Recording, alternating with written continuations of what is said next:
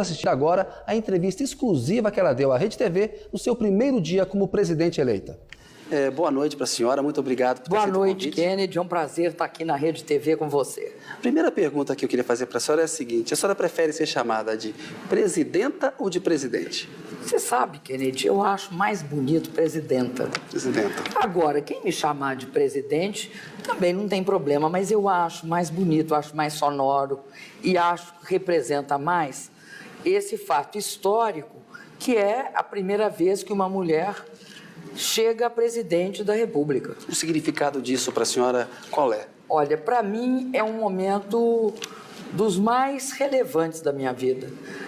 Se você pode dizer assim, é um momento em que eu chego assim àquela convicção de que Deus olhou para mim e disse: olha, ela vai ser presidente daquele país maravilhoso, fantástico, continental e com 190 milhões de brasileiros. E a importância para as mulheres?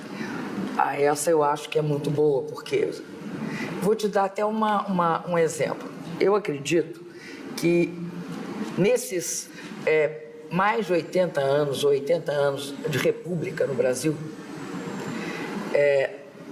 uma coisa é certa, né? Nós não tivemos mulheres exercendo o maior cargo da República Federativa do Brasil. A última foi a Princesa Isabel no Império. E ali a Princesa Isabel estava substituindo. Sim, exato. Ela não era a efetiva.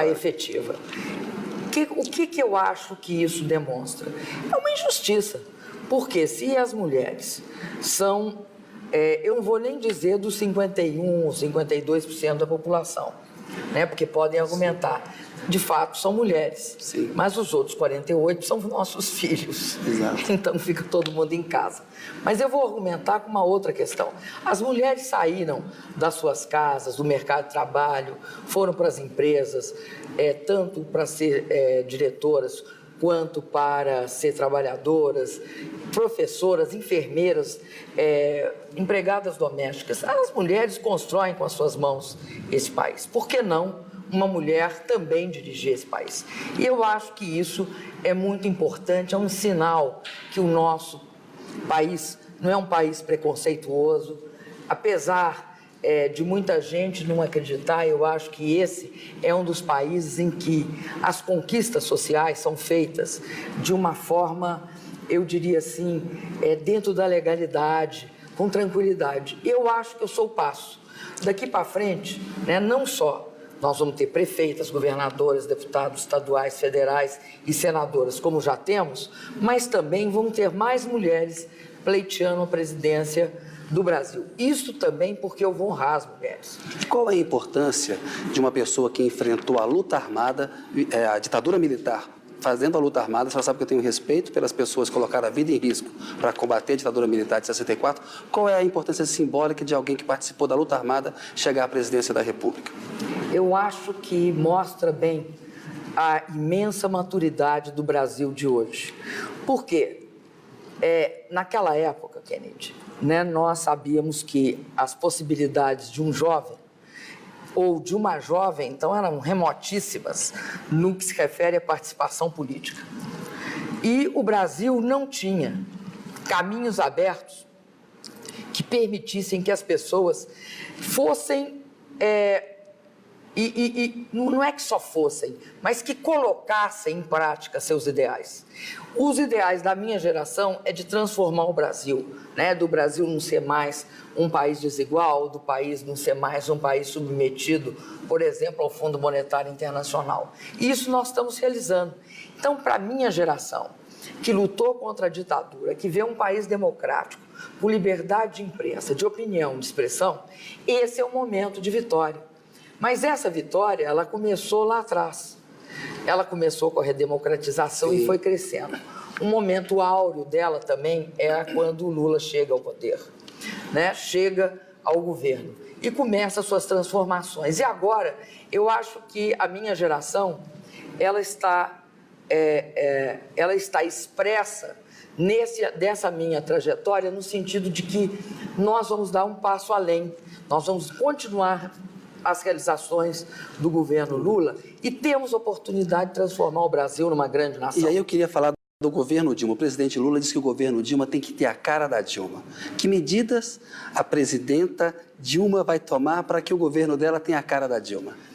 Olha, Kennedy, é certo que o meu governo, né, vai ter a minha cara, mas mais do que isso. Nós dissemos também que eu vou continuar as grandes transformações que o presidente começou, mas com alma e coração de mulher. Isso significa que é importante, eu não vou, obviamente, aqui iniciar a discussão a respeito das características concretas do meu governo. Mas eu vou te falar em linhas gerais. Eu acredito que eu tenho um alicerce em cima do qual eu posso construir. E no que ele vai ser diferente? Eu tenho hoje oportunidade de focar em algumas questões. Por exemplo, eu vou dar muita importância à questão da saúde e da segurança pública. Porque eu acho que nós avançamos muito em educação, por exemplo. Vamos continuar avançando. Eu vou ter na educação uma das principais estratégicas para o Brasil dar o salto. Mas a saúde e a segurança pública serão os grandes desafios em que eu acho que o governo de 2011 até 2014 pode fazer uma grande diferença. Presidenta, o mapa eleitoral mostrou que os mais pobres e menos escolarizados votaram mais na senhora do que no candidato da oposição, José Serra, que recebeu mais votos nos estratos mais ricos e mais escolarizados. Essa divisão social vai se refletir nas suas políticas públicas ao governar o Brasil? Olha, eu não concordo que o Brasil tenha tanto essa divisão. Sim. Até porque, se você for fazer o cotejamento, as diferenças não são tão grandes. Algumas a gente poderia dizer que estão empatadas na margem de erro. E se for ver o Brasil, não é o Brasil dos pobres versus o Brasil dos ricos. Tanto é assim que eu ganho no Sudeste, né? Que é a região mais rica do país. É a região mais rica do país e a mais populosa. Agora, eu tenho muito orgulho de ter ganho no Nordeste. Eu tenho, em relação ao Nordeste, um imenso carinho e, sobretudo, um compromisso. Agora, com cada região desse país, eu posso te assegurar que eu não vou deixar nenhuma região esquecida. A senhora disse que ficou chateada com alguns fatos da campanha. Nós vimos que foi uma campanha muito pesada, muito difícil, que se encerrou agora. Comparando com a campanha, a senhora acha que governar vai ser mais fácil ou mais difícil? Eu acho que a gente pode até ficar entristecido com os fatos da campanha, mas eles não são e não se constituem problemas do país, mas é de um segmento minoritário. Eu sempre acho que o grande desafio é governar um país dessa dimensão. A campanha passa e o que fica vão ser as realizações que eu tenho certeza que vão ser feitas nesse período de 2011 a 2014. Para encerrar, eu queria falar com a senhora um pouco de economia. Nós estamos vendo no mundo aí o risco de uma guerra cambial. Há também um outro aspecto, que houve uma elevação dos gastos públicos no segundo mandato do presidente Lula, acima do crescimento da economia, acima da inflação, e há uma sugestão do presidente Lula para a senhora de manter a atual equipe econômica, o Guido Mantega na Fazenda e o Henrique Meirelles no Banco Central. Eu queria que a senhora comentasse para mim, questão cambial como pretende enfrentar, questão de gastos públicos, se haverá algum tipo de ajuste, algum freio, ainda que leve, para haver um corte maior dos juros, e essa questão da formação de governo. Posso te falar uma coisa, Diga. Kennedy? Tem coisas estranhas que acontecem, tem hora, na imprensa. O presidente Lula jamais me pediu nenhuma. Nunca falaram de formação de governo? Nunca tocou neste assunto. Tá. Então, é absolutamente improcedente qualquer informação a respeito de pedidos do governo, vindos do presidente Lula. Questão cambial. A segunda questão é a seguinte: eu vou manter a estabilidade macroeconômica. A questão da guerra cambial, é importante esclarecer que não somos nós, o Brasil ou os países que estão mais prejudicados pela questão da desvalorização de algumas moedas. Que praticamos a guerra cambial? Nós somos, eu diria assim, as vítimas dessa guerra.